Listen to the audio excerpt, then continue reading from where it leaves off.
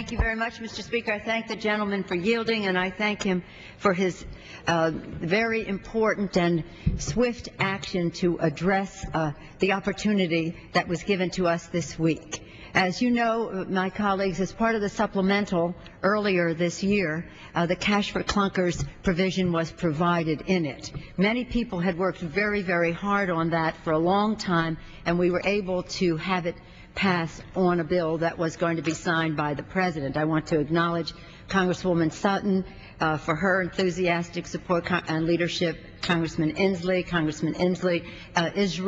Steve Israel of New York, who all worked very hard on this. Certainly the Chairman Emeritus of the Energy and Commerce Committee, Mr. Dingell, the current Chairman, Mr. Waxman, Mr. Markey as Chair of the Select Committee on Global Warming for his leadership on this issue for a long period of time. I mention all of them because this brings together so many elements of what we want to do to grow our economy, to help our workers, to protect our environment, and to do so in a very focused way that works. And that's what is interesting about this week. In about 6 days, it is estimated that 250,000 cars were sold.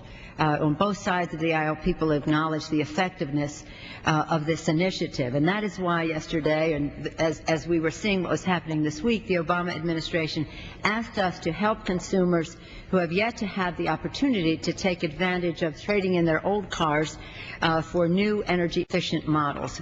When they do that, again, they strengthen the auto industry, strengthen our economy at large, and help preserve our environment.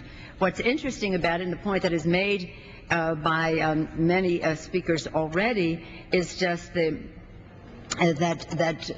everything has performed beyond the requirements of the bill. The cars that have been purchased are much more fuel efficient and the emission standard much better than the bill even required, and that's good news.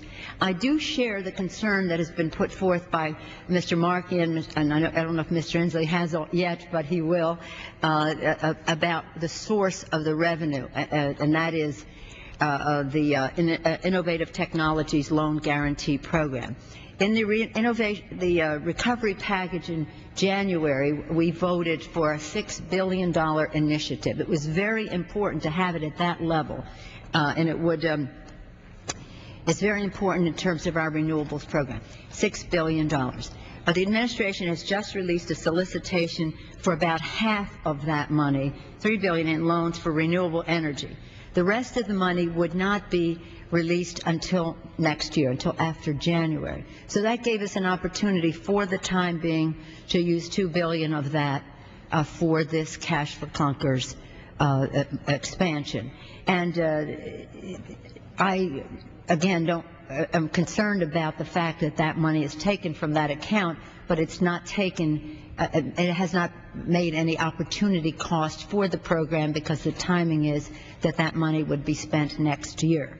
I do hope that whether it's in the continuing resolution or some other step along the way, that those funds will be restored, because it's not appropriate for us to take money to do one thing for fuel efficiency out of an account that is designed to do just that, looking into the future with further innovation. So I share the concerns expressed by Mr. Markey and appreciate the comments made by Mr.